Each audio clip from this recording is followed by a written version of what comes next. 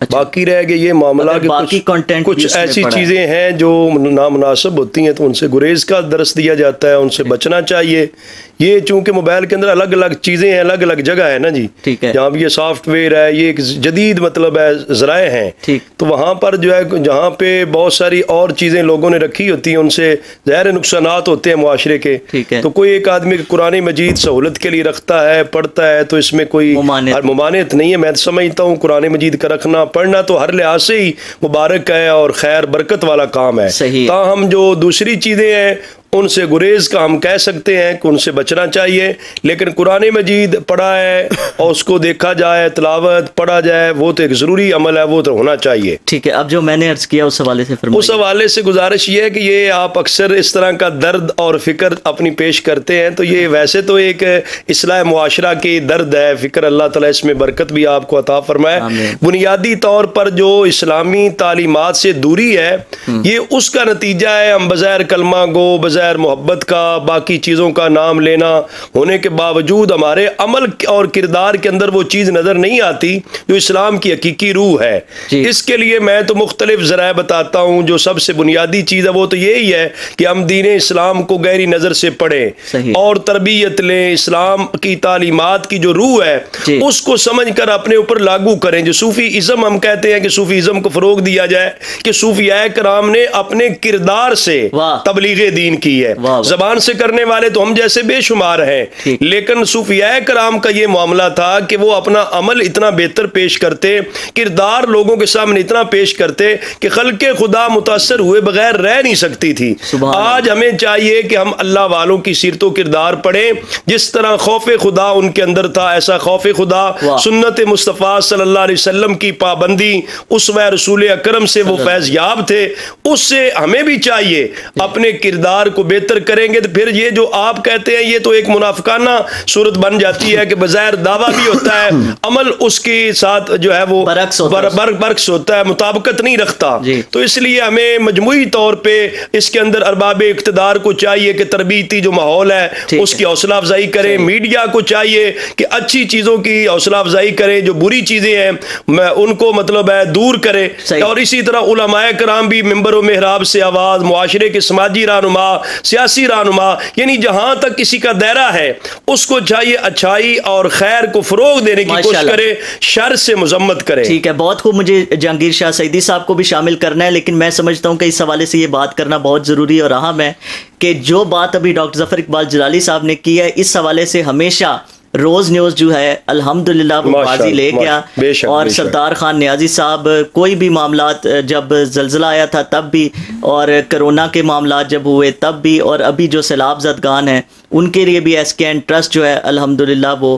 بہت بڑے پیمانے پر الحمدللہ کام کر رہا ہے، اور اذان کا سلسلہ بھی 5 وقت کا جو ہے وہ سب سے پہلے روز اس میں تو کوئی شک نہیں، نیازی صاحب کی جو اپنی سوچ سمجھ ہے وہ میں سمجھتا ہوں صوفیاء کرام کی برکت ہے، ان کا لگاؤ محبت ہے، خلق خدا سے پیار ہے، اور کہیں بھی ملک پر ملت پر مشکل وقت آتا ہے تو روز نیوز کی طرف سے ماشاءاللہ ہمیشہ خیر کا ہی پیغام، اور ایک لحاظ سے جو ہمارا نظریہ ہے پاکستان ہے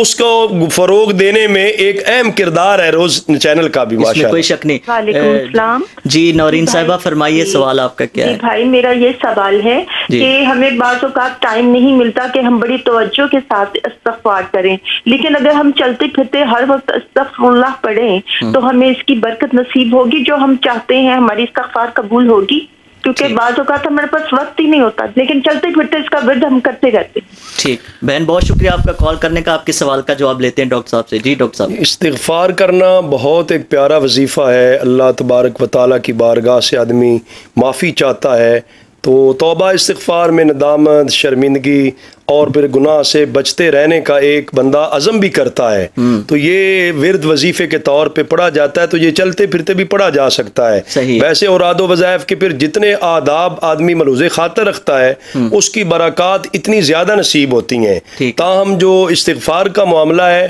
اس کو پڑھا جا سکتا ہے چلتے پھرتے۔ رسول اللہ صلی اللہ علیہ وسلم کا جو اپنا عمل مبارک تھا، جبکہ آپ تو سید المعصومین اور خاتم المعصومین کی ذات گرامی ہے، اس کے باوجود امت کو تعلیم دینے کے لیے آقا حضور علیہ الصلوۃ والسلام ہر روز 100 مرتبہ استغفار پڑھا کرتے ہیں۔ سبحان اللہ۔ میں بھی علی رضا صاحب ایک ضروری بات کرنا چاہتا ہوں، کیونکہ یہ سب کا جو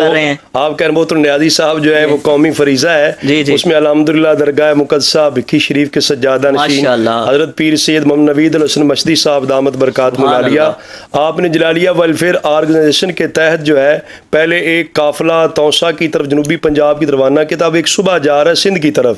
10 ٹرک پہ سامان الحمدللہ وہ جا رہا ہے۔ بہت بڑی کاوش اور کوشش ہے، مختلف اشیاء ہیں، میں بھی وہاں رابطے کر رہا ہوں، سندھ میں بعض حضرات سے میرے رابطے ہیں، یہاں پہ قافلہ پہنچے گا، تقسیم کرے گا، تو اس میں جہاں مذہبی قوتوں نے، مذہبی لوگوں نے اتنی محبت اور خلوص کا، ظاہر جو بھی مسلمان ہے اس کے دل میں محبت تو ہے دوسرے مسلمان بھائی کی، جن مشکلات میں وہ ہے ان کا ہمیں احساس بھی ہونا چاہیے، لیکن اس کے اندر ایک چیز یہ بھی آ رہی ہے کہ جو لوگ اتنی تگ و دو اور کوشش کے ساتھ جا رہے ہیں، ان کو وہاں کے لیے گورنمنٹ جو مقامی ڈسٹرکٹ گورنمنٹ ہے وہ ان کو سیکورٹی مہیا کر سکتی ہے، ان کو چاہیے ان کو سیکورٹی مہیا کریں تاکہ آنے والے جو لوگ ہیں ان کے راستے میں مسائل بن رہے ہیں، قافلے لوٹنے کی خبریں آ رہی ہیں، یعنی ایسی چیزیں آ رہی ہیں جو نامناسب ہیں، تو میں سمجھتا ہوں کہ ہمیں یہ بھی پیغام ضرور اس میں رکھنا چاہیے کہ جو لوگ وہاں پہ اتنی کوشش کے ساتھ سامان لے جانا چاہتے ہیں، مستحقین تک دینا چاہتے ہیں، ان کو بھی کوئی تحفظ فراہم کیا جائے اور اچھے طریقے کے ساتھ مستحقین تک پہنچانے میں مدد کی جائے۔ یہ تو ایک ظاہر ویسے بھی گورنمنٹ کی اپنی ذمہ داری ہے،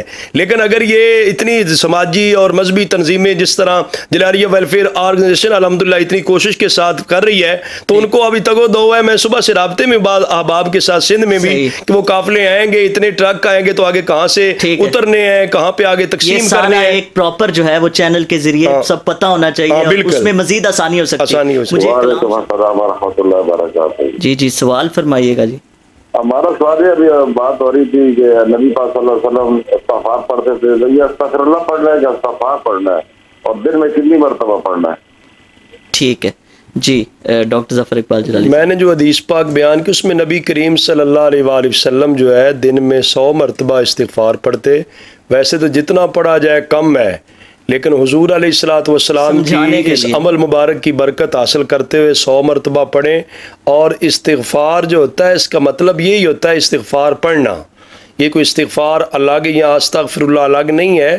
استغفار کا مطلب ہے استغفر اللہ پڑھنا، یعنی اللہ تعالیٰ سے معافی مانگنا، توبہ کرنا، یہ استغفار ہوتا ہے۔ تو آپ استغفر اللہ استغفر اللہ استغفر اللہ دن میں 100 مرتبہ پڑھیں تو بہت مبارک ہے، جتنا زیادہ پڑھیں اتنا زیادہ برکتیں ہیں اس کی۔ صحیح۔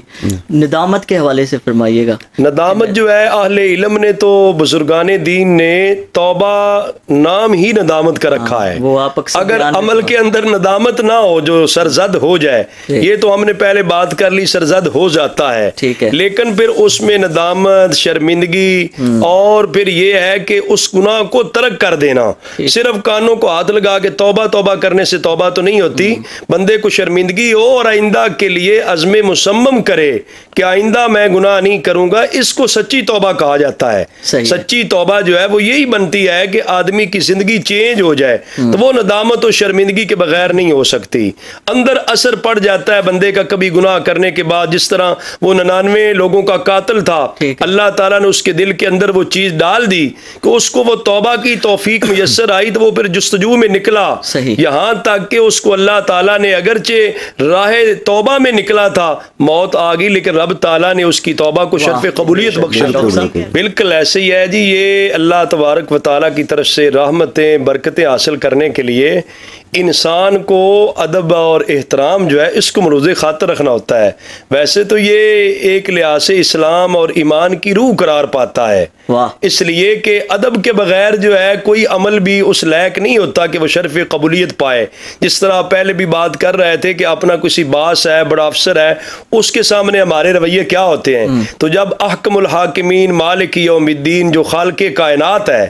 اس کی بارگاہ کا معاملہ ہے، اس کے پیارے حبیب علیہ الصلوۃ والسلام کا یہ ان نسبتوں کا معاملہ ہے، اہل بیت طہار ہوں، صحابہ کرام ہوں، صوفیاء اعظام ہوں، جو جن کو اللہ نے احترام کے لائق بنایا ہے، ان کا ادب اور احترام کرنے والا جو آدمی ہے، بڑے سے بڑا گناہگار کیوں نہ ہو، ایک لمحہ اس کو ملتا ہے جس میں ادب کی برکت سے توفیق میسر آ جاتی ہے۔ آج کے موضوع کے مطابق تو وہ شعر بھی پڑھنا چاہیے تھا، ٹائم نہیں ہے، جو اعلیٰ حضرت رحمۃ اللہ علیہ کا سناتے ہیں کریم اپنے کرم کا صدقہ لئیم بے قدر کو نہ شرما، تو اور رضا سے حساب لینا، رضا بھی کوئی حساب میں ہے۔ اور دوسرے مقام پہ آپ کہتے ہیں گناہ رضا کا حساب کیا گرچہ لاکھوں کے ہیں سوا، اے کریم تیرے عفو کا نہ حساب ہے نہ شمار ہے۔ میں پیغام دینا چاہوں گا کہ ہمیں یہ نہیں سوچنا چاہیے گناہ زیادہ ہو گئے، اللہ کے حضور توبہ کرنی چاہیے۔